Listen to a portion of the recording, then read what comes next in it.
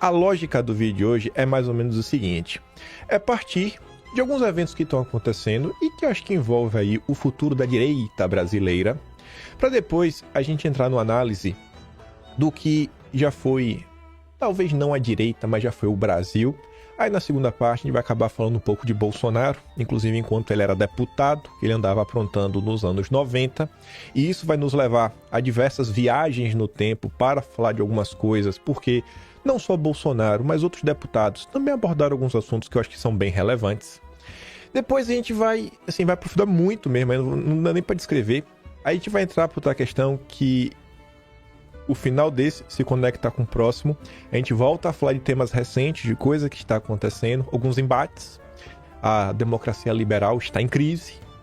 E por fim, e realmente, houve motivo para não ser ontem, anteontem, 2 dias atrás, o universo não quis. Aí hoje a gente vai falar sobre a questão aí do nossas, Washington Brasil Office, interferência internacional nos dias atuais.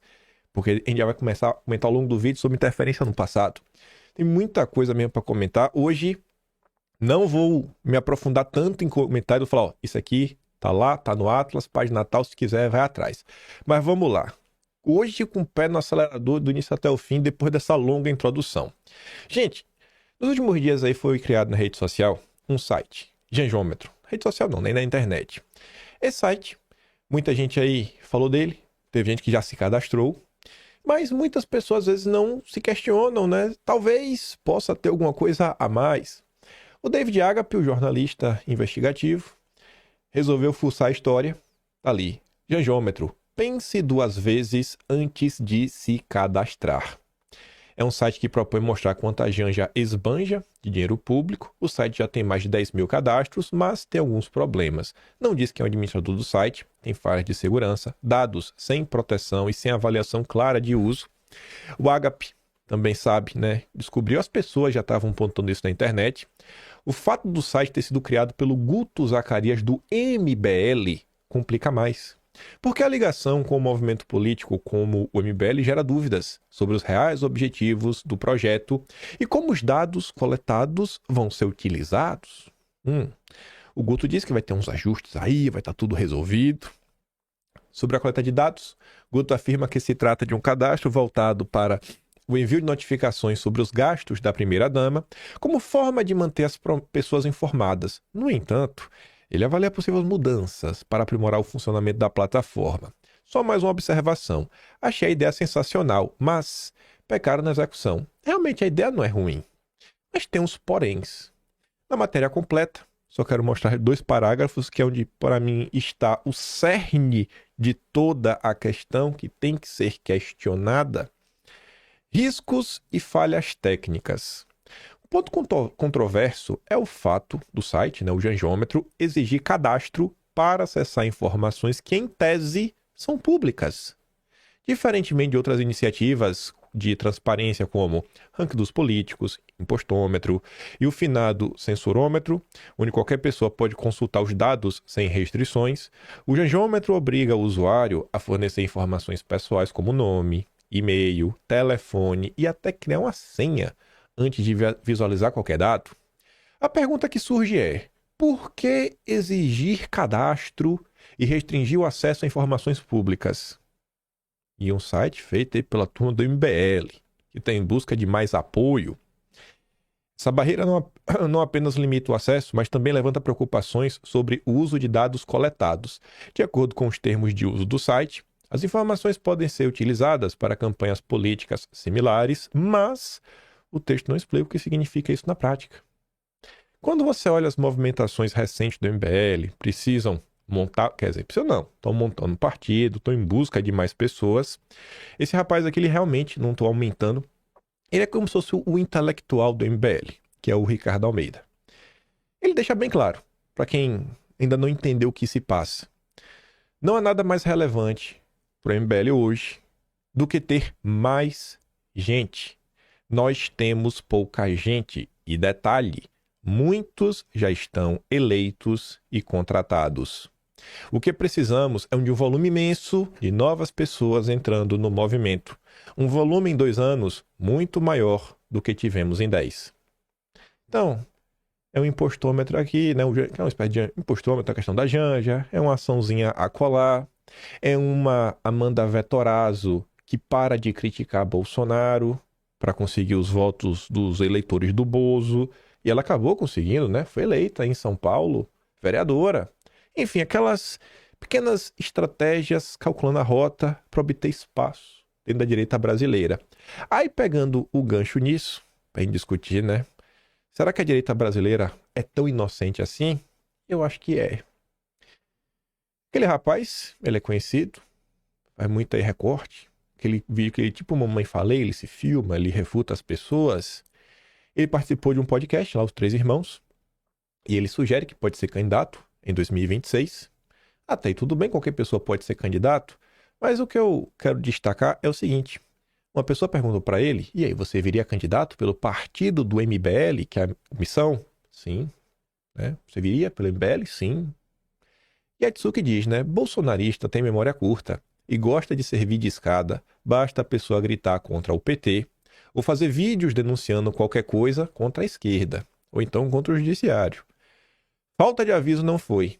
Ele era do MBL, aprontou com Bolsonaro, sumiu e voltou com força, graças aos bolsonaristas, e agora pode vir a deputado federal pelo partido do MBL. Parabéns. A Tsuka, ela fez uma pequena thread onde ela relembra coisas que ela já disse no passado. E aí, para vocês verem que não é sobre pegar no pé, cara, isso aqui foi ó, 20 de março. 20 de março. Isso aqui me bateu uma tristeza. Se o propósito em ver o país melhorar não fosse maior que esse sentimento, levaria 2 segundos para jogar tudo pro alto e mandar um F pro Brasil. Suponho e espero que vocês lembrem quem é esse cara. Não é possível que os bolsonaristas sofram de amnésia em tão pouco tempo. Aí ele colocou um vídeo, ó, TikTok, 163 mil visualizações, tá bombando no TikTok. Eita, o bicho é um miserável. Eu vou voltar nessa legenda. Eu vou voltar não, Netsuki sugere voltar na legenda. Aí na sequência ela faz essa postagem. Em 2022, o Wilker foi o responsável pelo espetáculo provocativo mais ridículo ao estilo MBL que alguém poderia fazer contra Bolsonaro, acusando Bolsonaro de agressão com a alegação de ter sido empurrado. Foi uma conversa mole em agosto de 22. Wilker, típico isentão, que agora muda o tom, não chama mais bolsonaristas de gado, chama petista de burro, diz que o PT nunca mais. Comparem as hashtags dos vídeos que ele fazia em 2022 com 2024. A cada dia que passa, eu me convenço mais que ser safado, falso, mau caráter, demagogo é o que faz a alegria das pessoas. Porque pessoas como Wilker acabam por preencher um vazio deixado pela falta de esperança ou talvez o desespero. Mas sei que são erguidos como porta-vozes da direita. Ele não foi o primeiro, nem será o último. Saber disso gera um incômodo enorme porque não tenho o poder para fazer as pessoas despertarem e, ao mesmo tempo, tenho que assistir elas sendo feitas de idiotas. Aí você vê, a postagem acima são vídeos agora de 2024. Bolsonarista manda recado para Lula e para o ministro. Hashtag direita, hashtag Bolsonaro. Aí quando fala do Lula, é hashtag Lula ladrão, PT nunca mais, faz o L, petista burro. Vídeo de 2022. Questionando o gado bolsonarista no Alvorada.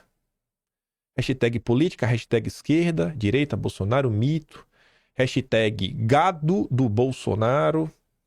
Você vê, né? Que é Lula 2022, não é mais Lula ladrão. Corrupção, gado bolsomínio, questionando, Centrão, Mamãe Falei MBL. Pô, cara. Mas as pessoas caem nisso, dia após dia. E a coisa é tão, assim, é uma hipocrisia tão grande. Você vê, né? As pessoas que têm memória. O Stuart disse. O MBL passou os últimos meses humilhando o Wilker Leão, vídeos, tweets do Orlando, e companhia o chamando de burro e até cracudo de like. Agora, como ele certamente será eleito, virou bom o suficiente para o partido deles. Por que os políticos rejeitam tanto a honestidade? Tá ali, né? Que é Orlando lá no MBL. Todos sabem a crítica anterior que fiz ao Wilker, porém, alguém duvida do seu direitismo e anticomunismo? Alguém duvida de sua coragem? Ele é corajoso, ele é anticomunista. Venha para o MBL. Ah, chega de perder espaço pro PL por discordâncias aqui e ali. E aí, para começar mesmo a coisa para valer, vocês entenderem por que eu fiz essa breve introdução, hoje em dia você abre a rede social, na maior parte do tempo, o que as pessoas querem ver é o discurso que lava a alma. Não tem nenhuma profundidade, não tem nenhuma proposta, tem nada, nenhum direcionamento. Mas ele refutou, ele expôs as entranhas da esquerda. Nossa, ele pôs a janja.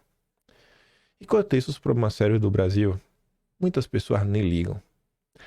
O Amazônia Azul, eu gosto bastante, está sempre aí tentando comentar, principalmente de coisas ligadas à infraestrutura. Ele também se preocupa muito com a questão das ONGs. Ele coloca ali uma notícia do Tribuna da Imprensa do Rio de Janeiro, baita jornal. Já usei milhares de vezes. Diversas matérias do Hélio Fernandes, Geraldo Luiz Lino. Então o Lourenço já escreveu lá, vez outra. E aí tá ali a manchete, né? FHC é acusado de permitir perda da soberania sobre a Amazônia. Aí a Tsuki vai comentar sobre isso também. Essa reportagem traz camadas interessantes e intrigantes que talvez alguns se recusem a refletir. Temos Bolsonaro, do PPB, atual PP, Paulo Rocha, do PT, Antônio Feijão, do PSDB e João Tomé Mestrinho, do PMDB, juntos em uma mesma causa, a soberania da Amazônia / Brasil. Mestrinho alerta: estão chegando à Amazônia as madeireiras asiáticas. Apenas um grupo detém hoje mais de 1 milhão de hectares, o que é muito sério. Então, o MBL é o seguinte: se você não é gado bolsonarista, é direitista, você pode fazer parte do grupo. O principal ponto da união é não ser gado bolsonarista. Ninguém fala de Brasil, ninguém está preocupado com o Brasil. Ninguém está preocupado em colocar soluções. Eu não sei, sabe? Pode me colocar de que grupo vocês quiserem. Eu já não ligo mais mesmo pra essa porcaria de rótulo. Minha preocupação, cara, é o Brasil. E aí? Pra que lado vai? Pra que lado vai? Eu acho que eu tô na direita ainda, né? Se não deixarem. Mas eu tô preocupado. E o Brasil, pra que lado vai? E ao mesmo tempo eu sempre tô passando aquele pano pro Bolsonaro e falando pra vocês que eu não vejo solução por outro caminho. E a gente vai acabar falando sobre isso também ao longo do vídeo de hoje. Mas aí, para começar agora para valer, vamos aqui não aprofundar mais na tese da Tsuki. Ela traz aquela questão, né? Hoje no mundo que estamos preparados com TikTok, os petistas, golpe. E ela fala o seguinte, ó, para você ver o nível dos parlamentares, as preocupações dos parlamentares. E não é nem tanto tempo assim, 28 anos atrás, pouco a gente tem hoje. A reportagem acima não traz trechos de ONGs e a cobiça de países... ainda tem uma coisa. Na parte aqui de baixo da matéria, é que não está dando para ver, que é o Gorbachev, né, ex-presidente da Rússia. O Brasil deve delegar parte de seus direitos sobre a Amazônia. Né? Vamos entregar a Amazônia. Mas, enfim. A reportagem acima não traz trechos de ONGs e a cobiça de países ocidentais pela Amazônia. Mas essa sessão da Câmara dos Deputados de 1996... exemplifica o temor dos parlamentares quanto à soberania do Brasil.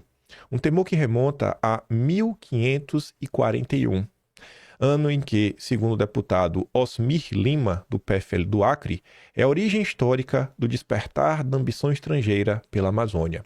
O recorde dessa sessão de 28 anos atrás é uma triste volta ao presente. E eu quero mostrar alguns trechos, basicamente 2 parágrafos aqui, depois e seguindo na thread da Tsuki. Olha o conhecimento de alguns parlamentares que já ocuparam, né, as cadeiras na Câmara, numa época que não tinha internet, não tinha rede social, né, que você pesquisar as coisas dava um certo trabalho. No governo general Eurico Dutra, em 1948, teve o caso do Instituto Internacional da Lei Amazônica, combatida na Câmara dos Deputados pelo ex-presidente Arthur Bernardes. Fundou o Partido Republicano, inclusive, depois, a gente já falou do partido dele, já falou muito sobre Arthur Bernardes, a gente vai falar um pouco mais dele. Sobre essa questão da lei amazônica, quem quiser se aprofundar mais, só ir no Atlas de junho de 2023, ou procurar dossiê, acho que lei amazônica. Você vai botar ILEA, acho que acha. Você vai lá, você vai conseguir encontrar, basicamente a turma queria criar no Brasil um instituto para ficar fazendo lobby pela internacionalização da Amazônia, tudo fomentado com apoio da Unesco. A ideia toda fomentada lá na França do Macron. Na época não era o Macron, né? Começou mesmo em 1946. Aí olha que curioso. Para falar sobre essa questão da lei amazônica, os meses foram passando, eu fui aprendendo mais sobre o Brasil, sobre nossa história. Aí, quando chegou em novembro de 2023, o caso da Ilha Amazônica acabou por voltar para a pauta do dia. E por que voltou? Porque quando a gente descobriu sobre a bucha e os tentáculos e os desdobramentos dos políticos ligados à bucha ao longo da história do Brasil, um deles, né, uma cria da bucha, era o jornalista Carlos Lacerda, um grande liberal. E aí, no vídeo do Ilha Amazônica, do mês de junho, eu já tinha abordado sobre a matéria desse jornal, que era o maior portal liberal do Brasil, né? A maior revista liberal brasileira, o Observador Econômico e Financeiro, março de 1949. Da mesma forma que quem é o porta-voz do liberalismo, inclusive, foi criado pela bucha, o Estadão. Da mesma forma que foi o Estadão, o primeiro portal de imprensa a ir para cima dos bolsonaristas, inclusive falar sobre a direita jacobina, é a primeira matéria que começa a desenhar o que seria o Gabinete do Ódio, que também foi invenção do Estadão, de março de 2019, os mesmos liberais, da mesma turma, em 49, o jacobinismo anti-brasileiro. Não tem nada de anti-brasileiro.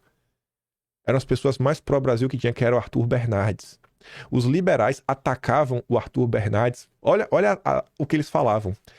O parecer de Arthur Bernardes deixa ver um jacobinismo terrível que não temos receio de classificar como anti-brasileiro. A onda de desconfiança que procura despertar quanto às intenções da Unesco é absolutamente justificável.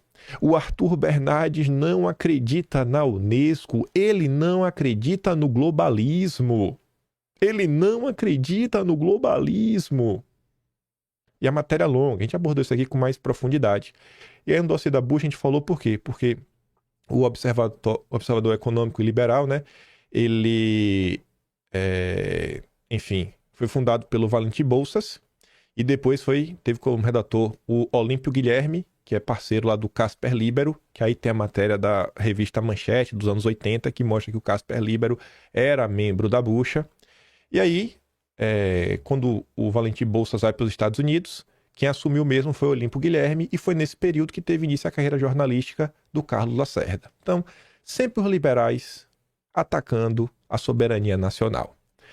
Outro ponto que na sessão de 1996, o parlamentar lá, né, o Osmir, denunciava, era a história do Lago Amazônico, do Instituto Hudson, né? Instituto Hudson, que nós também tivemos a oportunidade de descobrir, eu não sabia dessa história, em setembro de 2023. Você pode ir lá no Atlas ver a história completa, mas aqui ainda foi pior. Eles queriam basicamente criar vários lagos na Amazônia. Lago você está cortando no meio, já é uma barreira natural. Você basicamente estava dividindo para conquistar. Já estava separando nos pedacinhos. Enfim, graças a Deus, essa ideia não foi para frente. Não foi para frente. Quem lutou contra isso daqui foram, mais uma vez, né, deputados preocupados com o Brasil. E aí, quando a gente fez esse dossiê na época, aí são as curiosidades, quem estava em contato direto com as pessoas que queriam tomar o Brasil, lá do Instituto Hudson, quem chefiava o Instituto Hudson era o Herman Kahn, que inclusive é tido como um dos 3 pilares por trás do Klaus Schwab. Tem uma matéria, você pode ir lá, é uma matéria internacional. Herman Kahn, Henry Kissinger, e o terceiro, eu estou na dúvida, quem é o terceiro nome por trás do Klaus Schwab. Mas são 3 pessoas. Um deles é o Herman Kahn. Não sei se o pessoal colocou algum dos Rockefeller. Enfim. Quando Herman Kahn publicou seu livro no Brasil, quem escreveu o livro? Roberto Campos, vovô. Quando Herman Kahn veio ao Brasil, quem foi buscar ele no aeroporto? Roberto Campos, vovô. Quando o vice-diretor, né, o número 2 do Instituto Hudson, tentou fazer lobby, né? Hudson manda Paneiro convencer. Era Robert Paneiro. Quem Robert Paneiro procurou para abrir as portas do establishment brasileiro para fazer lobby? Robert Paneiro, diretor do Instituto Hudson, que procurou discretamente angariar a simpatia de personalidades brasileiras, entre as quais o senhor Roberto Campos, seu amigo desde o tempo em que era embaixador em Washington. Mais uma vez, os liberais servindo, né, de atravessadores do interesse internacional contra o Brasil. E nesse dossiê a gente também achou, e esse dossiê saiu do ar, ele não está mais disponível com o link que eu tenho. Era um dossiê produzido lá pela, sei lá, né, o turma do Exército na época, durante o regime militar, onde eles pegaram os artigos de Roberto Campos para o Globo. Um desses artigos é esse aqui, Os Futuríveis e o Incêndio na Caixa d'Água, onde, assim como a turma da Bucha, do Observatório Econômico e Financeiro, lá com o Carlos Lacerda, em 1949, atacando quem defendia o interesse nacional, o Roberto Campos vovô falava o grande lago e o nacional palhacismo. Da mesma forma que os liberais falavam que Arthur Bernardes estava procurando chifre em cabeça de cavalo, Roberto Campos vovô dizia o seguinte: entre as imbecilidades circulantes na praça figuram as seguintes: trata-se de conspiração do Pentágono para ocupar a Amazônia. Né? E ele falava que isso era um nacional palhacismo, coisa de palhaço, né? Cobiça das riquezas da Amazônia. Não, isso é palhaçada, não tem nada disso. É tudo questão muito técnica para ajudar o Brasil. Sempre os liberais contra o Brasil. Mas voltando para a sessão de 96. O temor do colonialismo assombra a direita e a esquerda desde que o Brasil é Brasil. Cada lado escolhe os fantasmas que melhor se encaixem na justificativa de um loop de incompetências e na falta do verdadeiro amor pelo Brasil.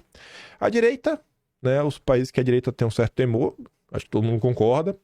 China, a Rússia, acho que ninguém é muito fã, né? Vocês são fãs? Eu não sou. E a turma da esquerda tem os seus receios com a turma da União Europeia, né, e os Estados Unidos. A verdade, como disse o senhor José Priante, reside no fato que sempre estivemos à mercê de um colonialismo interno. Acho que o grande problema é que o brasileiro, alguns setores do Brasil, né, das elites brasileiras, sempre estiveram a serviço de forças internacionais para obter proveito para si mesmo. Aí, nessa transcrição aqui que a Tsui colocou, tem mais 2 parágrafos que eu quero fazer destaque.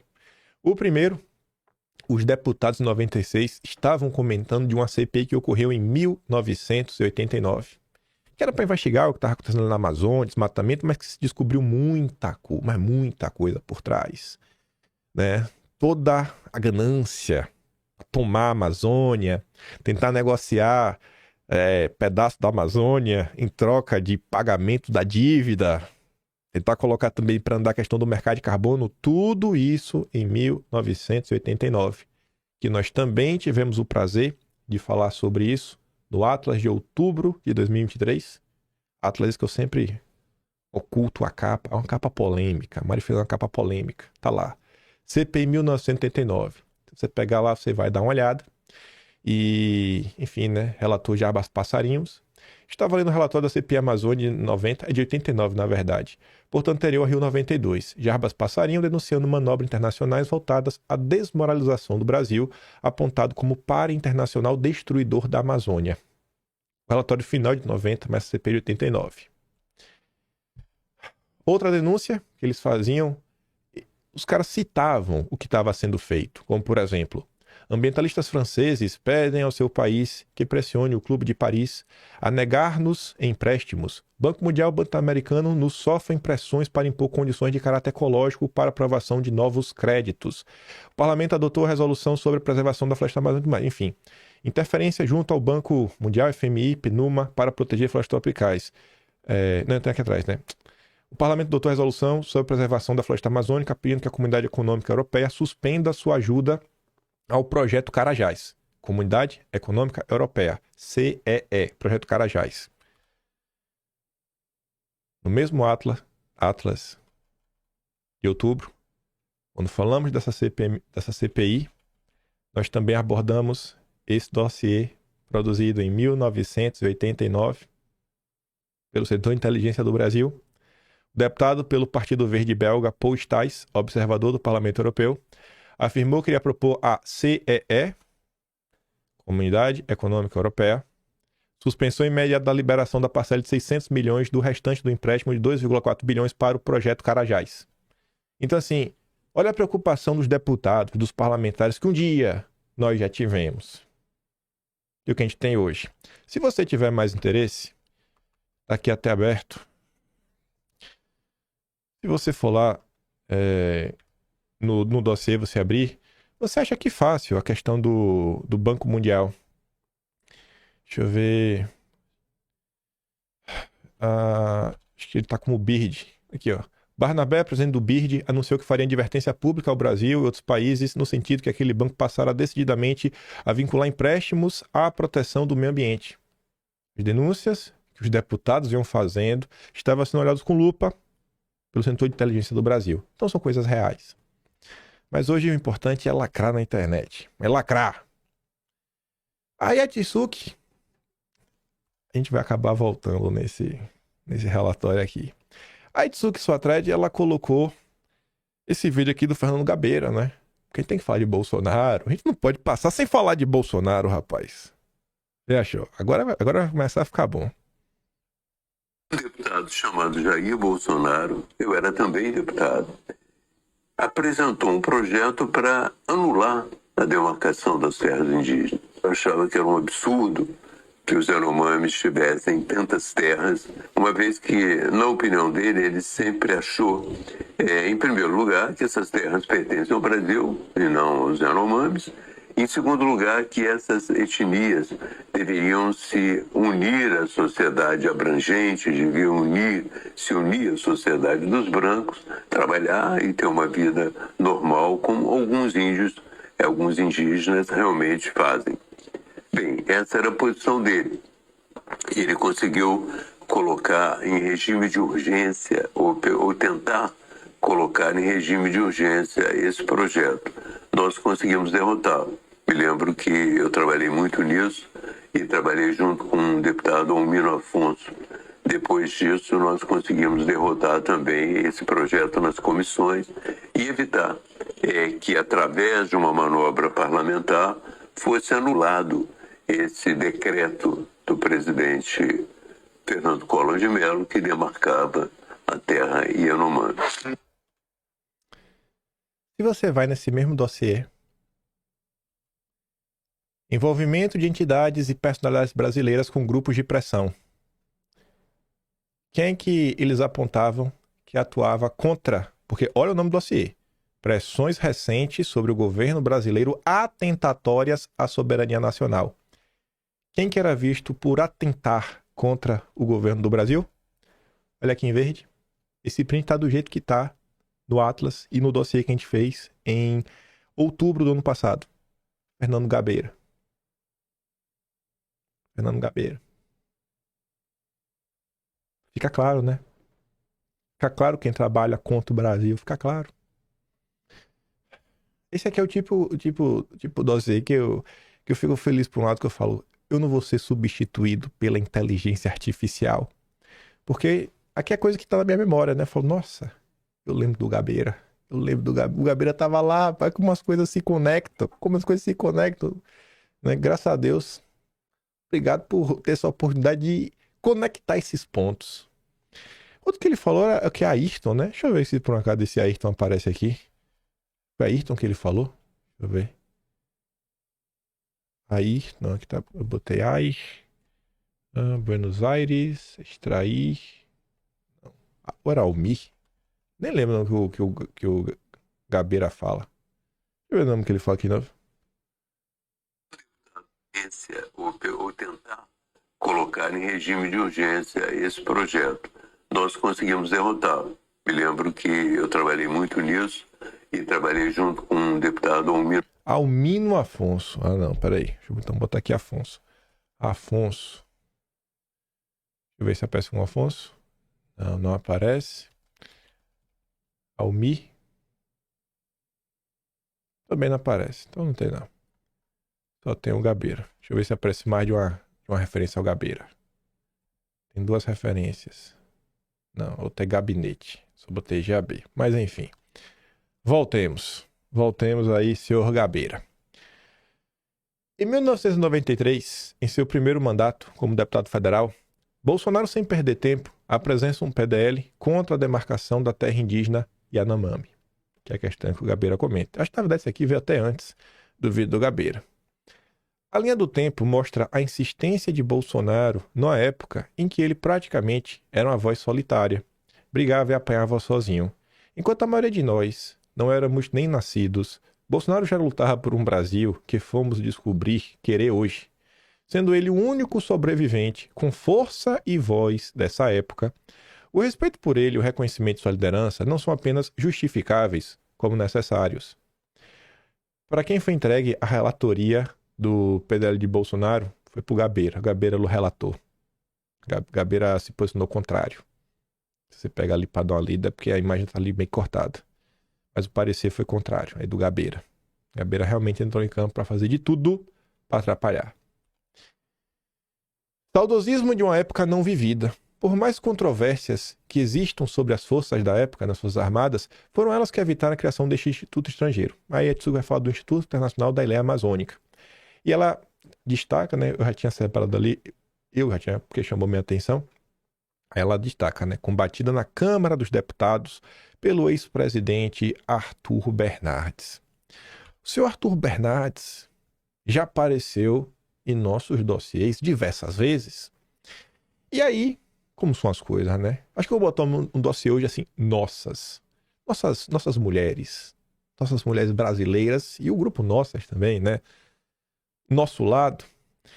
Hoje o dossiê está sendo tocado aí pela gringa e pela Tsuki, né? Vai começar a sair Tsuki, vai começar a entrar agora um tweet da gringa. A história da Vale é a história do Brasil. Com grandes brasileiros que lutaram para melhorar o país e outros que nos entregaram de bandeja.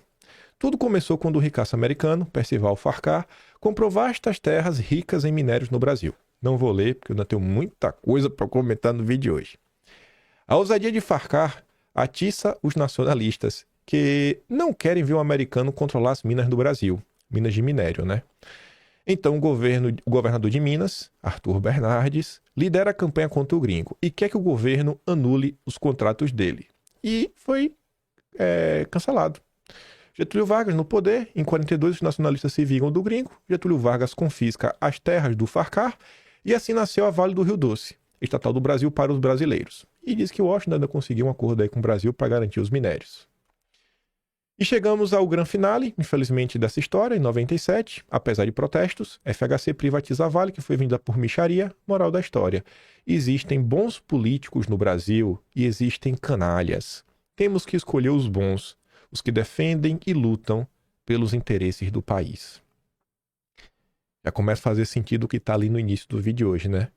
Não escolhe quem lava a alma. Esquece essa parada de lavar a alma. Esquece o lacrador. Esquece o imitador.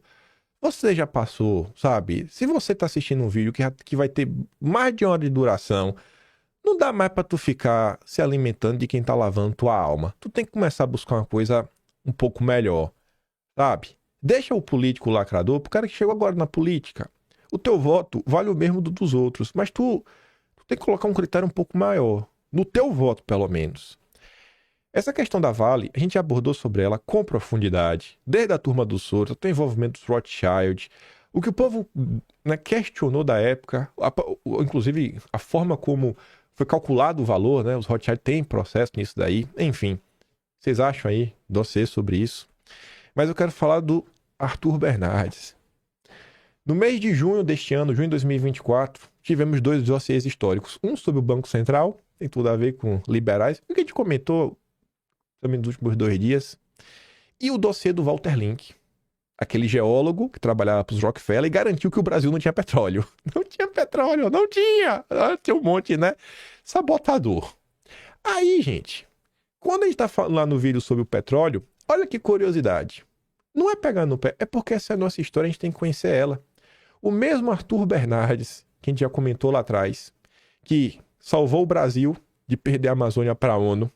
Teve uma coisa que eu nem comentei, mas está no vídeo do Ileia de junho do ano passado. Arthur Bernardes, ele retirou o Brasil da Liga das Nações, porque ele falou que estavam de lero-lero, não estavam entregando para o Brasil um assento no Conselho de Segurança Permanente, então não fazia sentido o Brasil estar lá.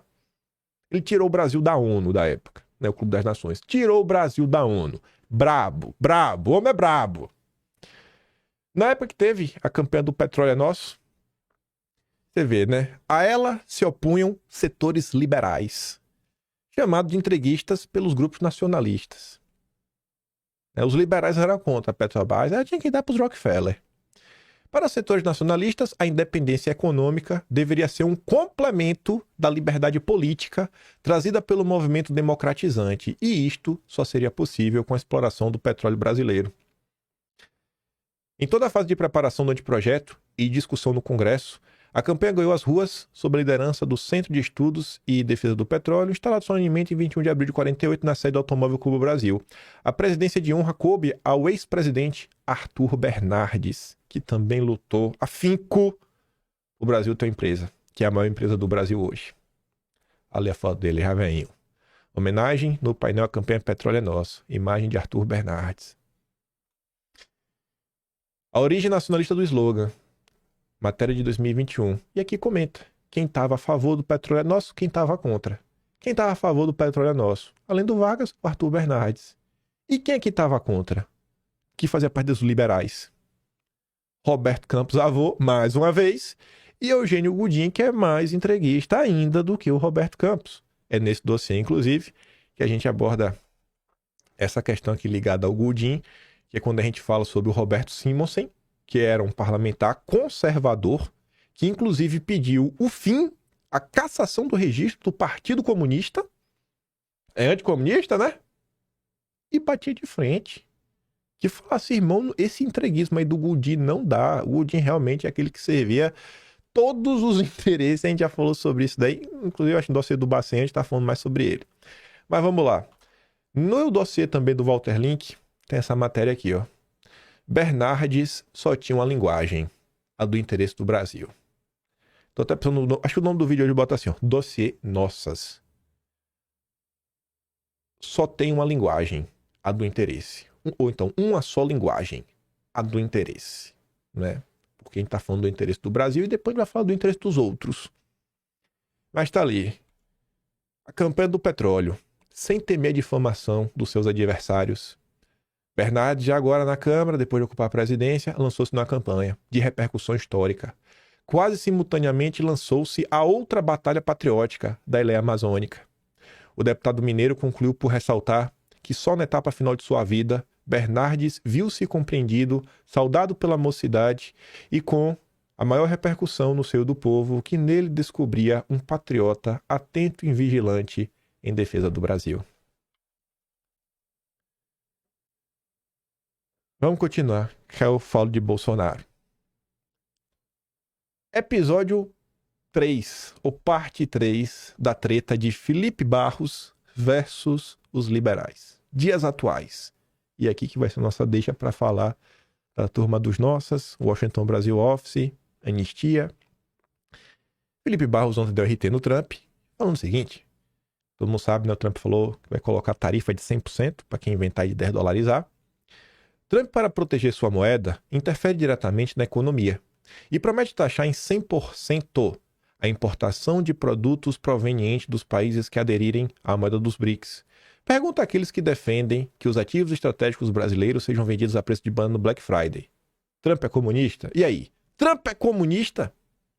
Felipe, essa política dele é o que a esquerda sempre fez, sim? Pronto. Trump fazendo políticas comunistas de esquerda. É tipo... Então, Roberto Simonsen também é comunista, né? Porque ele tava contra o Goudin, o entreguista. O Léo Siqueira não é só um parlamentar. Não um parlamentar qualquer. É um parlamentar com selo de qualidade. Selo Renova BR.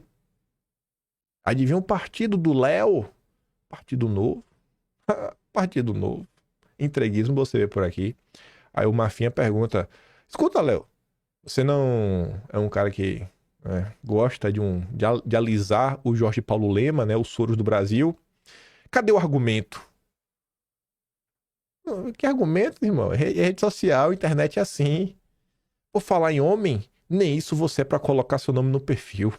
Não dá nem pra começar a conversa com quem sequer tem coragem de colocar uma foto no Twitter. Pô, mas aquela foto ali é o Mafinha. Ele só colocou ali sei lá, uma coisa na cabeça. Mas a cara é dele. Se você ver os vídeos do Mafinha, ele só tá um pouco mais bonito na foto, né? E o nome do Mafinha é público, é Cândido. Todo mundo sabe também. Só falta agora o deputado do Partido Novo pedir o fim do anonimato. O Léo apareceu em nossos vídeos recentemente. O Léo, deputado do Partido Novo, Ô Eduardo, por que você não está no Brasil pedindo impeachment do ministro? O Léo foi um dos deputados que atacou Eduardo Bolsonaro, junto aos intergalácticos, quando Eduardo Bolsonaro foi nos Estados Unidos. Agora, na vitória do Trump.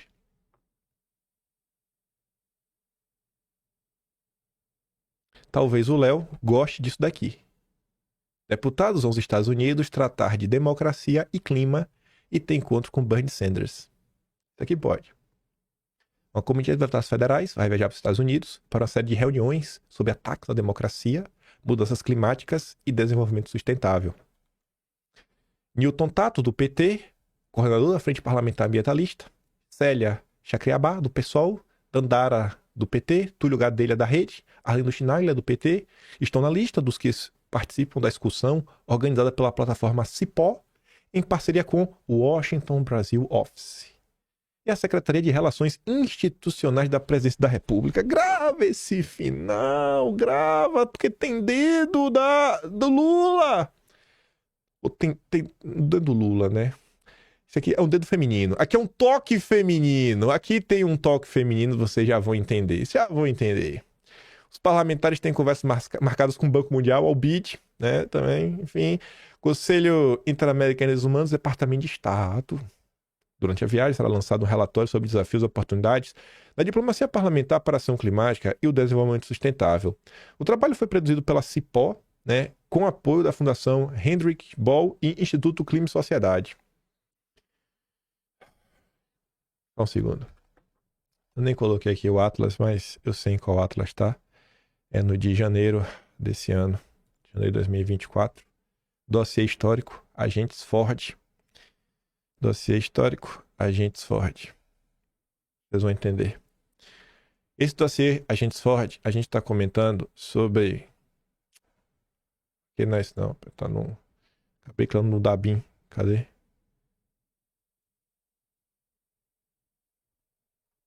Abriu, já desci aqui, desci na mão. Arnes Freire, aqui é o próximo. Pera aí, pronto. Agentes Ford. Dossiê Agentes Ford, a gente está comentando sobre como nasceu Guilherme Boulos. Em a longa atrás, inclusive a gringa Brasília que fez toda essa pesquisa ainda em 2021, acabei achando, trouxe para vídeo e fui complementando com várias coisas. Assim, a Frederic alguma coisa. Onde é que tá a Frederic? A fundação que tá levando a galera. A Frederic tá nesse evento aqui, ó. Levando o Boulos para dar destaque. Quando o Boulos não era ninguém, quem tava levando o Boulos para frente já era a fundação a Heinrich Böll. Que ela aparece mais de uma vez ao longo desse dossiê aqui. Que aí eu não vou lembrar onde é que tá no outro pedaço. Mas enfim, essa fundação sempre parece uma fundação... É uma fundação aí, tipo uma Open Society, só que da Alemanha. E aí tem outra coisa aqui. Deixa eu ver o que tá aqui no vídeo mais. Instituto Clima e Sociedade. Instituto Clima e Sociedade, aí vai estar aqui atrás, que é o ICE. Cadê? O Cerimonial das Igrejas, tudo mais, papapá. Deixa eu ver se não tá aqui, Anatone, bonitona. Aqui, ó, Anatone. Pronto. Ela aqui mesmo, né? Que é do... Deixa eu ver se tá aqui. Papapá. Aqui não coloca. Aqui não tá atualizado. Deixa eu ver, Greenpeace, ActionAid... Fundação Ford. Não tá aqui. Deixa eu ver se tem alguma da Anatônia aqui, Clima e Sociedade. Não tá aqui, mas ela também é outra. Que também é secretária do Clima do Lula. Não tem nenhuma postagem aqui da Anatônia para mostrar o Clima e Sociedade. Mas enfim, é a turma da Anatônia que também trabalha no governo Lula e já apareceu em nossos dossiês históricos, né? Então tá toda a turma. Mas vamos voltar aqui, falar um pouco de Bolsonaro. A gente comentou, não vai estar no vídeo de hoje, né? Mas enfim, no vídeo de ontem e no vídeo de anteontem, a gente acabou comentando sobre todas as tretas aqui envolvendo Felipe Barros, e esse posicionamento diferente. E por isso que eu falo pra vocês, gente, não é questão de birra, sabe? Não é porque eu sou mais esperto ou isso. Assim, eu estudei um pouco, assim, um pouco da história do Brasil que eu estudei, porque eu acho pouco. Quantidade de anos que tem da história do Brasil, mas do pouco que eu estudei, que eu me aprofundei, eu consigo enxergar um padrão que se repete toda vez que temos alguma questão que envolve soberania nacional os liberais sempre estão contra o Brasil. Sempre estão contra o Brasil. Qualquer medida a favor do Brasil, os liberais ficam contra. Na hora do vamos ver, eles sempre estão contra. Sempre estão contra. E antes de ser moda defender diversos assuntos, que aí você pega o Ketsu que ele estava mostrando, onde é que estava Bolsonaro? Onde é que estava Bolsonaro?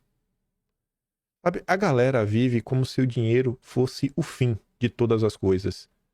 Eu não acho que o dinheiro é o fim de todas as coisas. Eu acho que é um meio para outras. Tá entendendo? Então, assim, tem algumas coisas que são um pouco mais importantes. Tem algumas coisas que são mais importantes do que o dinheiro. Não dá para pensar o mundo todo dessa forma.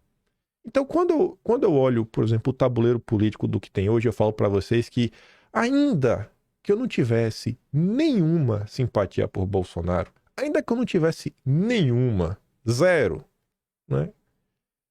Quando eu olho o que eu espero do Brasil, o caminho que eu espero que o Brasil trace, não tem como ser traçado pelo Partido Novo. Não tem como ser traçado pelo Caiado. Mas é um partido Novo, também não precisa nem falar. Ratinho Júnior. A gente fez um dossiê. Foi o Rothschild parte 2, que eu tô falando da Vale. E eu também tô falando do caso da Copel lá no Paraná. Que quem também fez a precificação para vender, estava envolvido no processo, foi os Rothschild, mais uma vez. Foi denunciado na época. Que tinha sido meio com a contratação de dispensa de licitação. Ratinho Júnior com os Rothschild. Não dá, cara. Não dá, não é solução pra mim. Do pouco que eu estudei, não dá. Então, assim, ainda que eu não tivesse nenhuma simpatia com o Bolsonaro, do que eu acho que é o caminho a se seguir, não tem outro. Eu sou forçado a apoiar Bolsonaro. O que é que eu posso fazer? Sou forçado, vou fazer o quê? Bolsonaro é perfeito? Longe disso. Mas é só olhar os representantes.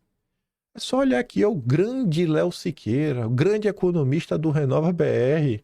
Tem um vídeo dele sensacional na internet. Ele é apoiado pela galera dos ANCAPs, né? Os bitcoinheiros. Ele falando mal do Bitcoin no passado. Deu errado. Sim, previsões não é com ele. Previsões não é com o Léo. E é o cara que tá ali, sabe? Fazendo lacração em cima da viagem do Eduardo Bolsonaro. Vocês acham que essa viagem foi importante? Pra luta pela liberdade de expressão no Brasil? Pra estreitar algum tipo de vínculo, de laço? Tem um capítulo, vai ter, já está separado no Atlas de novembro, que vai ser escrito, né? A partir, eu mandei hoje para a gente começar. Terminou ontem o mês de novembro, né? Então dá um tempo. Tem um capítulo só para falar, tá proibido viajar, onde eu tô explicando tudo que aconteceu nesse período.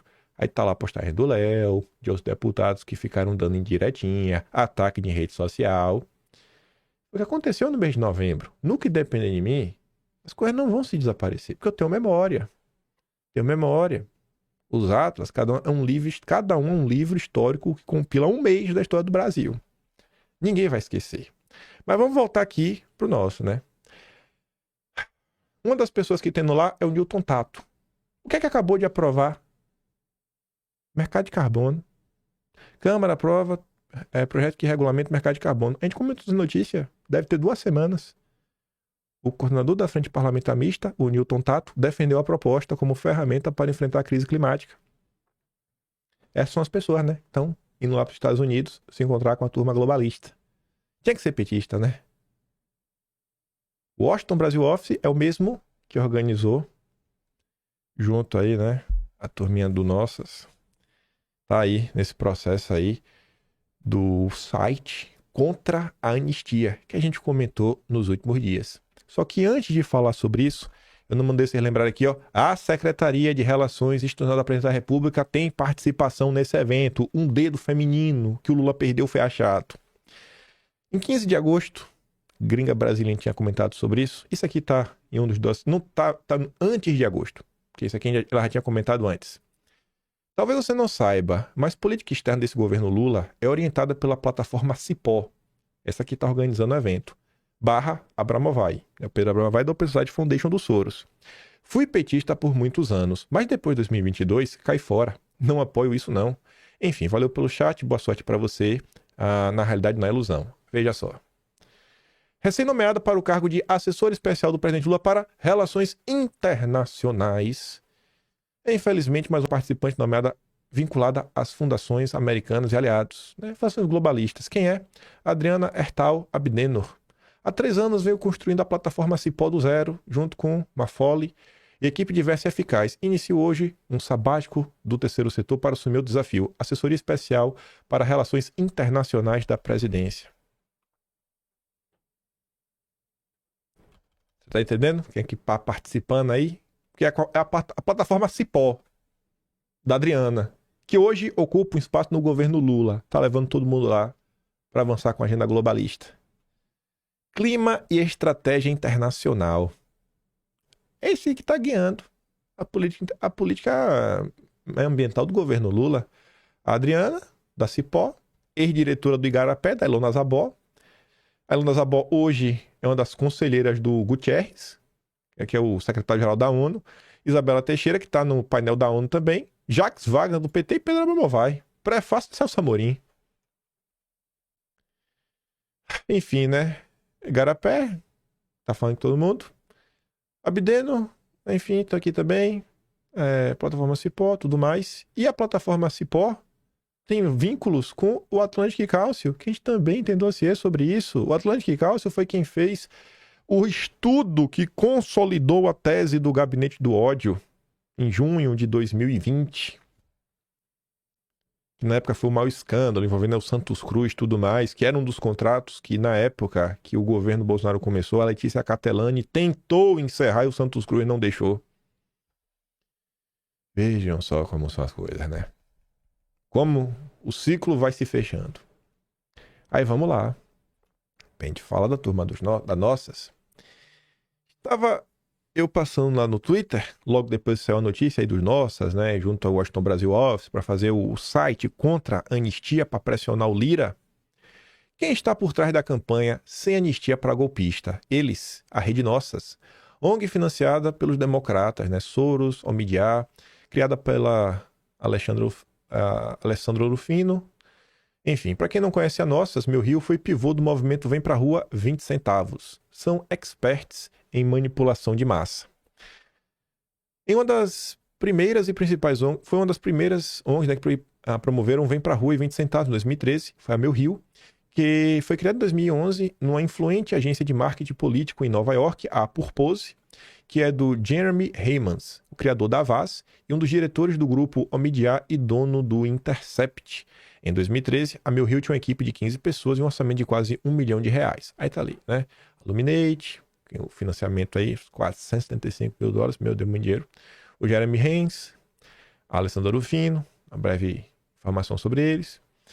Eu já tinha pensado no projeto Meu Rio antes de ir para Nova York, mas foi só lá, na Purpose, que rolou a incubação e a realização do Meu Rio, criando desde o plano estratégico até a identidade visual. A galera do Meu Rio é praticamente a mesma do Purpose Brasil e os escritórios funcionais junto de uma casinha Laranjeiras. Aí ela fala, né? As informações que a Grinha coloca.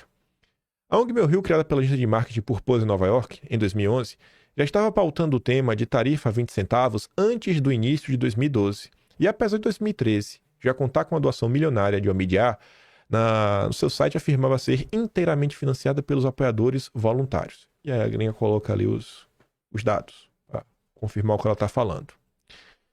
A jornada estonteante da moça, que fundou a Meu Rio em Nova York, aponta vínculos com os principais think tanks do establishment de Washington. O trabalho dela rendeu até fellowship na Fundação Obama. Quem também estava no Atlantic Council? Alessandro Rufino. Uma participação do Rufino que todos vocês vão acabar lembrando. O vídeo do Felipe Neto foi em 2020, quando o New York Times fez um vídeo para falar porque Trump era o pior presidente do mundo. Aí depois foi postado no New York Times um vídeo do Felipe Neto, na época que o Felipe Neto começa a virar um agente político. Ele não era. O processo do Felipe Neto ali começa, acho que abril, maio de 2020, quando ele vai no Roda Viva. Eles fizeram o Felipe Neto se tornar um agente político. E aí o Felipe Neto faz um vídeo e quem abriu espaço para ele no New York Times e ajudou na construção do vídeo foi Alessandro Rufino. E o vídeo do Felipe Neto foi amplamente divulgado pelos globalistas, com direito a não foi um RT, foi uma postagem do então diretor da Open Society Mundo na época. Não lembro o nome do cara. A gente comentou isso quando a gente falou do Nossas uns 4 dias atrás. Hoje, a Meu Rio e a Nossas se transformaram numa rede de ativismo em todo o Brasil Gerenciando um orçamento milionário, que ainda conta com financiamento de OMIDA, vale apontar que alguns dos projetos da ONG são positivos. Curiosamente, eles também criaram o Bond, um aplicativo pelo qual o site do Sleepy Giants foi criado, né? Foi criado em vários sites, né, pelo Bond, né? Não sei se é um aplicativo propriamente dito. É um grupo dentro do nosso. O site contra o Olavo de Carvalho, do Bond, do Sleepy Giants, enfim. O mentor da rede Nossas foi o Jeremy Heymans, criador da Vice e da agência de marketing Purpose, ambas dos democratas. Foi um cara deles que veio para o Brasil ajudar a campanha do Lula. A pesquisadora Corinne Morningstar descreveu a agência de marketing do Heymans, a Purpose, como sendo o lugar onde os lobos de Wall Street vão quando querem uma campanha para derrubar algum político, ou para gerar uma espécie de primavera, né, um golpe em um país eco. Quando eu fiz o vídeo do Nossas, uma tia do Zap me mandou uma DM no Twitter, falou: Kim, olha isso daqui que eu te mandei. Ela me mandou isso aqui, acho que em 2022. Ela falou: achei aqui em casa essa super interessante, de 2016. Ela tem 26 anos e quer mudar toda a lógica da política. A super interessante comentava sobre a Alessandra Rufino, a Purpose e tudo mais. Na volta, resolveu retomar a vida universitária e tudo mais, enfim. Em nível global, aqui, ó, para conseguir se bancar em Nova York, começou a trabalhar na Purpose, empresa incubadora de projetos, do diretor executivo Jeremy Heymans, que bancou seus estudos. E aí a gringa, a gente já comentou dali atrás, né? Então você vê que, poxa, tem espaço, teve espaço, né? Você vê como algumas pessoas... Você tem que pensar, cara, como é que a pessoa é notada pela imprensa, né? Desde 2016 já tinha espaço. Pô, super interessante. Naquela época todo mundo lê revista, né? Todo mundo não, mas tinha muito mais engajamento do que tem hoje. A pessoa comprava, pelo menos. Algumas pessoas compravam revista física em 2016. Então esse tipo de projeto ele sempre ganha apoio. E você vê que esses projetos sempre acabam tendo conexões. Aí veja. A primeira campanha do Avaz, do Heymans, o Heymans, esse mesmo Heymans que contratou a Ouro Fino, ele é o cara que funda o Avaz. A primeira campanha do Avaz no Brasil foi a lei da ficha limpa. E quem foi o primeiro diretor da Avaz no Brasil? Pedro Abramovay, diretor do Open Society. A Avaz é aquele site que você meio que se cadastra, né? Pra você assinar, fazer tipo uma... Como é? Quando todo mundo faz uma assinatura junto, todo mundo assina, né? Sei lá, uma petição. Petição, né? Enfim, também assine nossa petição. Tá vendo? O problema é de você colocar os seus dados em qualquer site, aí o que a gente comenta no primeiro vídeo começa a voltar, né? Eu gosto de vídeo assim, a coisa vai indo e vindo e tudo se conecta. Pedro Abramovay, rapaz, você vê que é do interesse dos Soros, a lei da ficha limpa. Que, querendo ou não, né, abre brecha para barrar políticos indesejáveis. Enfim, ela tá no RT no que ela fala do Nossas. Aí, quando ela falou isso daqui de ficha limpa, e você vê, pô, Pedro Abramovay, Soros, e tudo que tá rolando, aí eu lembrei do quê? Em um dossiê de 1999, tá se falando ali da transparência internacional. Deixa eu ver se eu dei zoom. Dei zoom. O setor de inteligência do Brasil tava de bizu aí na turma do Lourenço, do ENER, né, que é o Solidariedade Ibero-Americana, tava ali falando do Algor, né, tudo mais. Aí lá, bastante, eles falam o seguinte: a transparência internacional tem entre seus principais financiadores o mega especulador Jorge Soros, e seus funcionários são em grande número egressos dos quadros do FMI e do Banco Mundial. Se os países vacilam em cumprir esses acordos, são rotulados como corruptos. Então você vê que o Soros ele quer ter meio que o poder de falar quem é limpo e quem é sujo. Foi fundado em maio de 93, uma poderosa organização internacional dedicada a combater a corrupção nacional e internacionalmente, que todavia não seria mais do que uma fachada. Seria, na verdade, um apêndice do Banco Mundial e do FMI, comprometida com a mesma perspectiva globalista e programática de tais instituições, embora com um disfarce diferente. Um dos seus patrocinadores é, não surpreendentemente, o Jorge Soros, né, financiador de campanhas pela legalização de fumaça e narco-insurgência na Iberoamérica. O diretor-gerente do FMI, Michael Candesos, é orador frequente em suas reuniões. A propaganda da transparência internacional repete constantemente que é urgente a necessidade de se estabelecer uma autoridade anticorrupção independente dos governos e com poderes de combater a corrupção dos políticos de quaisquer países. uma espécie de tribunal penal internacional. A Transparência Internacional, quando atua no Brasil, ela sempre atuou contra Bolsonaro, né? Falando que Bolsonaro é um vagabundo. E ela sempre foi bem solidária à causa lavajatista.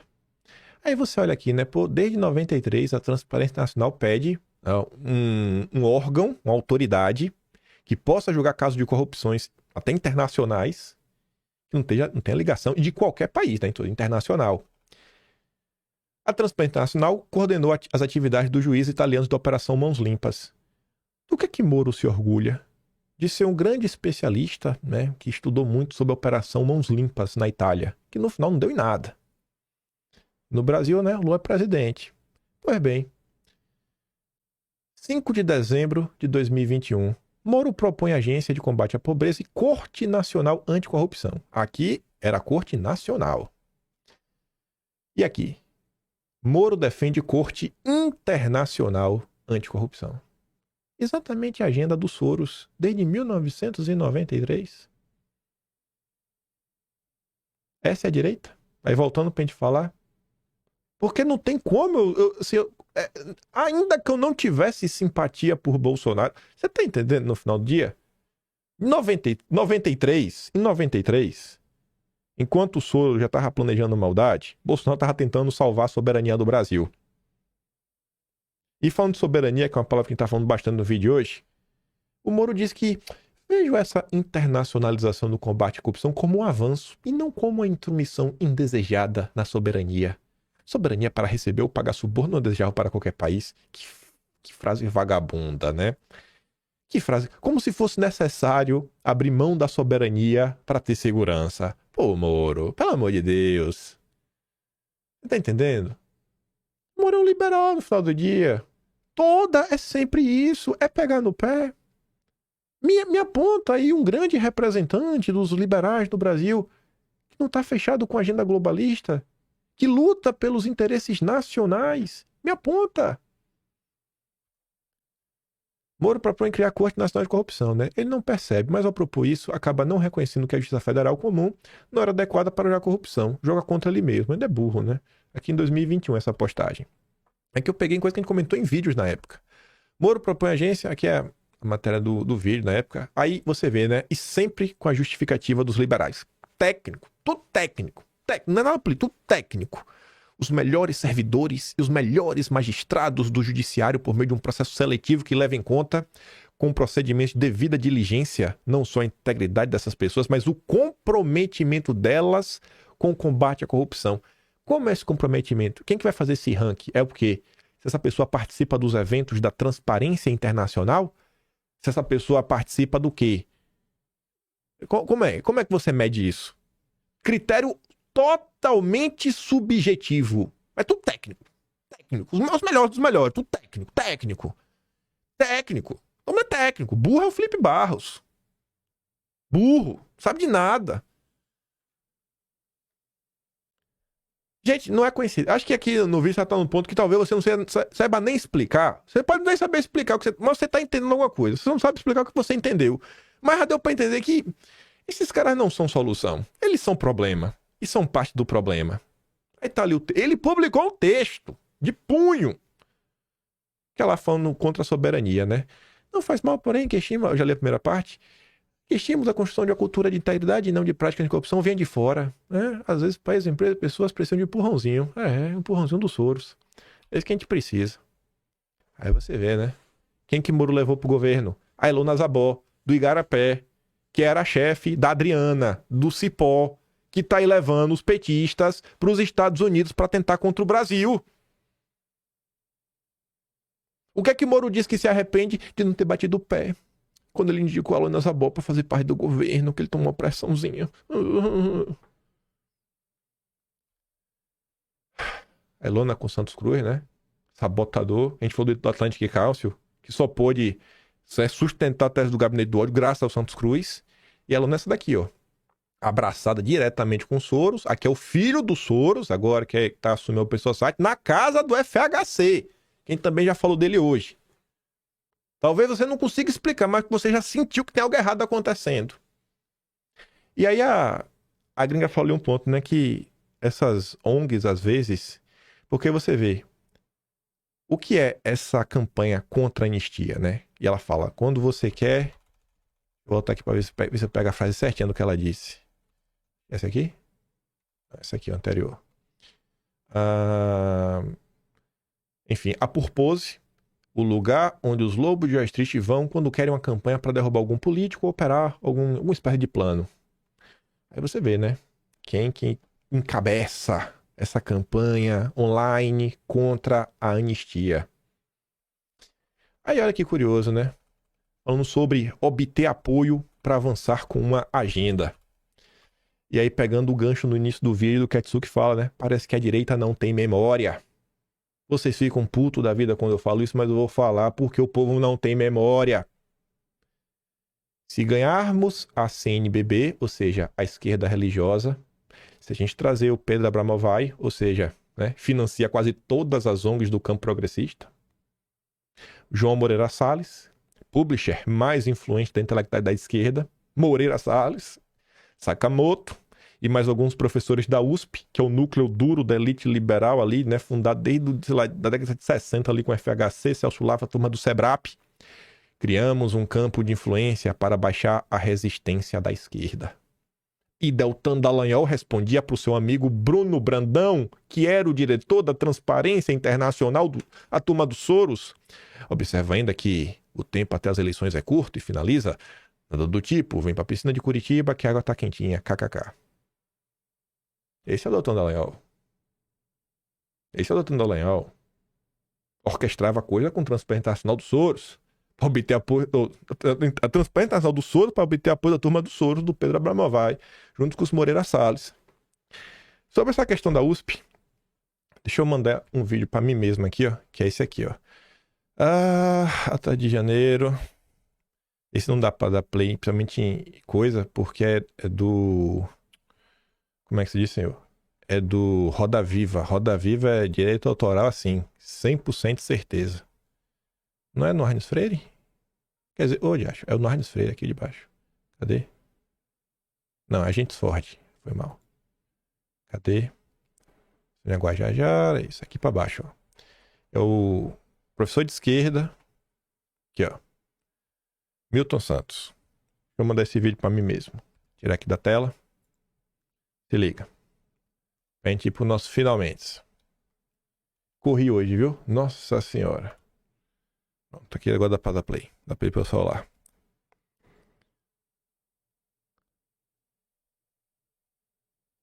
Podei. Ver se vai dar pra deixar na cara do Milton Santos. Pronto, vai ficar na cara dele aqui, ó. Se liga no Milton Santos.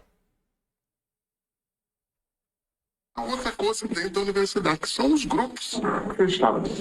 Né? O presidente da República falou nisso, a respeito do próprio grupo dele, que certamente é o mais fechado grupo intelectual no Brasil, e isso explica a dificuldade que eles têm de pensar. Pelo fato de haverem feito a carreira dentro de uma redoma, protegidos sempre. Protegidos, inclusive, durante o regime militar. Tem que ser dito. Protegidos em que sentido, professor? Protegidos, de um lado, por associações internacionais, protegidos pelos recursos que as associações internacionais, essas fundações internacionais, fundações corporativas, lhes atribuíam, pela cobertura internacional que lhes era dada, uma proteção que acaba sendo um obstáculo à expansão do trabalho intelectual no Brasil. Eu quero dizer isso claramente. Você está falando do SEBRAP? Estou falando do SEBRAP, exatamente. O SEBRAP é um problema para a evolução intelectual do Brasil? Foi isso que eu disse? Sim. Na medida em que um grupo monopoliza a produção e a difusão do conhecimento, ainda que durante a ditadura, a verdade também é que no fim da ditadura, no meio da ditadura, esse mesmo organismo não deixou de receber recursos da União para trabalhar. Então, me parece que esse processo tem que ser estudado. É evidente que não há coragem para dizer isso, devido ao peso desses institutos fechados, que tem na vida intelectual brasileira. Mas o que aqui foi conversado, em grande parte tem origem nisso. Aí, né? Milton Santos é bem um ícone aí, numa parte da esquerda, comentando. Esse pensamento único que a direita denuncia que tem nas universidades, que não permite o pensamento de direita, gente, não é só o pensamento da direita. Até outras alas da esquerda também não tem espaço na academia. É só o pensamento do que se chama da agenda globalista. Isso não foi aleatório. Essa é a elite uspiana. Que a USP, né, ela inclusive engloba a Faculdade de Direito do Largo de São Francisco, que está aí na gênese do golpe da República, que é onde nasce a turma da bucha, que a gente também já comentou mais cedo hoje. Então, assim, eu acho que é muito curioso que ao longo da história, o adjetivo entreguista, ele está sempre associado aos liberais. É curioso isso. Por que será? Por que carga d'água? Eles que receberam esse apelido. Por quê, rapaz? E você olha, assim, diversos campos ideológicos diferentes sempre anunciando. Cara, esses caras estão recebendo, estão trabalhando para serviço nacional. Olha isso aqui, olha aquilo outro. Fora provas, que é como você pega lá no Atlas. Quando o Fernando Henrique foi empossado, o Tribuna da Imprensa, inclusive é o jornal que começa o nosso dossiê, que é o que o Amazônia Azul colocou, então para provar que eu realmente tiro coisa do Tribuna da Imprensa, o Tribuna da Imprensa repercutiu aqui o que saiu no New York Times, que é o que o Milton Santos está falando, que é a retaguarda internacional. O Peter Bell, que em 95 eu acho que ocupava a posição de vice-presidente do Diálogo Interamericano, não sei se ele já tinha saído de lá, mas estava. Só que foi o cara que em 1969 era o diretor da Fundação Ford e arrumou $180 mil para a FHC. E tá ali, ó, o jornal conta, ele conta, o Peter Bell, em 69... envolve FHC e o ex-funcionário da Fundação Ford, Peter Bell. Saboreio hoje a ironia que eu fui pressionado, né? Pra não dar dinheiro pra FHC. Eu falei, não, ele é nosso. Rapaz, tu é meu e boi no lambe. Tá, é tudo nosso, nada deles, enfim, né? Disse Bell, hoje presidente, aqui ó, presidente em Washington do Inter-American Dialogue, né? Do Diálogo Americano. O grupo a que ele se referiu é o SEBRAP. É o dinheiro que ele deu pro Fernando Henrique fundar o SEBRAP. É a história do Brasil, só que as pessoas não conhecem. As pessoas não conhecem a história do próprio país.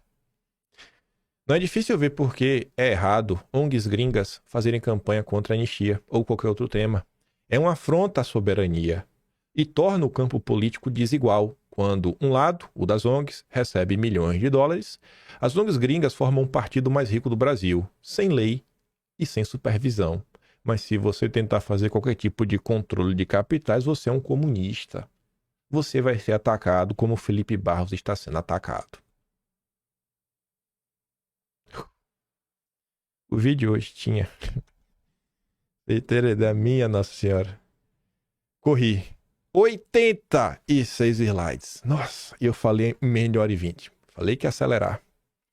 E para encerrar, eu vou encerrar o vídeo assim, ó. Vou botar essa imagem aqui para só falar mais um tiquinho. Bernard só tinha uma linguagem, dando o interesse do Brasil. Sabe, o voto de vocês vale mesmo tanto de tantas outras pessoas. Mas use o seu voto com sabedoria. Abandone o lacrador. Gente, já deu pra ver que só ser anti-Lula não significa muita coisa. Só ser anti-Lula não fala muita coisa. Não fala quase nada, na verdade, no final do dia. Que Brasil vocês querem construir? Que Brasil vocês querem ver, sabe? Saindo aí das urnas de 2022. Para que lado você quer que o Brasil ande? Quando eu falo para vocês, qual é o plano? Qual é a direção? Temos que ampliar um pouco as pautas. A vida de vocês está boa? Ontem eu fiz a live lá no canal secundário. Uma tia do Zap chegou para mim e falou, eu estou muito preocupada com a questão do BPC, porque eu sou aposentada e eu ajudo meu pai e minha mãe. E por que ela falou isso? Porque saiu lá a notícia, né? Que o governo estuda, analisar e, não, se a turma lá tá recebendo dinheiro, tem ajuda dos filhos, não precisa dar mais dinheiro. É coisa de salário mínimo. E ela tá falando, pô, a gente tá tendo dificuldade, a gente já tá passando dificuldade. Mas quem é que liga? Quem é que liga pra essas pessoas? O mundo real. O mundo real é esse. Esse é o mundo real. E aí? Quem é que vai se preocupar com o mundo real? O governo Bolsonaro passou, com todos os seus erros e seus acertos. Tivemos alguns fatos concretos. Foi o governo. Foi eleitoral ou não foi eleitoral? Fato concreto. Auxílio de 600 conto. Ah, mas rapaz, irmão, fato concreto. Não posso fazer nada. Fato concreto. Marco do saneamento. Marco das ferrovias. Várias obras de infraestrutura. Principalmente aquelas obras do cara que mora ali na região, que tinha que pegar a balsa e agora tem a ponte para não gastar mais o dinheiro dele. Ah, é fato concreto. Briga com a realidade. Brigue com a realidade. Isso aconteceu. Aconteceu. Fato concreto. Chore. Pode chorar. Chora mais aí. Fato concreto. 400 mil títulos de terra. Para ter certeza. Para terra é meu. Agora com a estrutura na mão. Pode pegar. Até ter acesso, né? Pegar um crédito. Quem sabe aí aumentar a fazendinha dele. Fato concreto da realidade. Então assim. Teve o Fica em Casa. Deu para julgar o que ele fez. Prende outras pessoas. Cara, esse cara tem uma preocupação com o ser humano. Eu tô preocupado com isso. Esse cara tem uma preocupação com o Brasil. Eu me importo com isso. Esse cara bateu de frente com o Macron. Eu tô preocupado com isso. No dia que alguém me apresentar, ó, esse grupo aqui também, pô, eu posso parar, posso observar, mas me perdoa. Do que eu olho é um monte de gente na direita que só sabe lacrar, fica dando um monte de indiretinha para Bolsonaro, um bando de catinguento, que só pensa em seu projeto político. O cara se elege no dia 1º, já quer ser presidente da República. Vai, pega, tu acabou de se eleger, irmão. Aguenta aí. Tá doido, é? E aí fica gravando 1001 vídeos para falar que Bolsonaro se vendeu pro Centrão. Ah, vai tomar banho. O que eu sei é que eu chego ao fim. Vou botar aqui a imagem total. Chego ao fim feliz por poder fazer esse tipo de vídeo por uma razão, não por causa do assunto em si, mas porque para fazer esse vídeo você vê a quantidade de assuntos que consegui conectar numa coisa só, você vê a quantidade de coisa que a gente comentou ao longo do tempo, né? Fala, rapaz, e coisa que a gente aprofundou, né? Coisa que a gente foi caçar aí no arco da velha. A inteligência artificial não vai me substituir. E às vezes a pessoa me pergunta, pô, tu não chama alguém para te ajudar? Mas como é que vai me ajudar se eu preciso ler? Se alguém tivesse lido lá a postagem da Tsuki, lá, a sessão na Câmara de 96, será que a pessoa ia se lembrar? Será que a pessoa ia lembrar que o Gabeira aparece lá no dossiê? Não lembra. Graças a Deus, né? Muito trabalho, mas a inteligência artificial não vai me substituir. Eu tô feliz. E também muito obrigado aí, né? As quase 1000 pessoas que me apoiam lá no Atlas. Vocês ajudam a manter o Preto em Pé. Tenho que pagar as contas, né? Manter o site lá. Pagar minha mãe, Teixu, Gabriela. Obrigado aos 3 também. A Mari, que faz toda a parte de edição do Atlas. Mas o vídeo aqui é nós. Na cara e na coragem. Não tem mais ninguém pra ajudar. Na verdade tem, né? As pessoas na rede social, com o conhecimento que vocês trazem, os toques que vocês vão dando. E a gente tentar, né?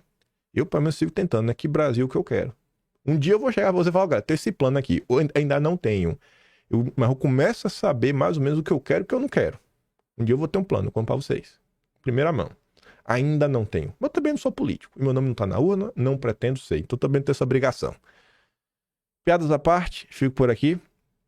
Se gosta do meu trabalhinho, quiser um pouco mais, passa no meu canal, tem um botão de valeu. Tem o Patreon na descrição e tem o Atlas brasileiro, né? Que vocês já viram.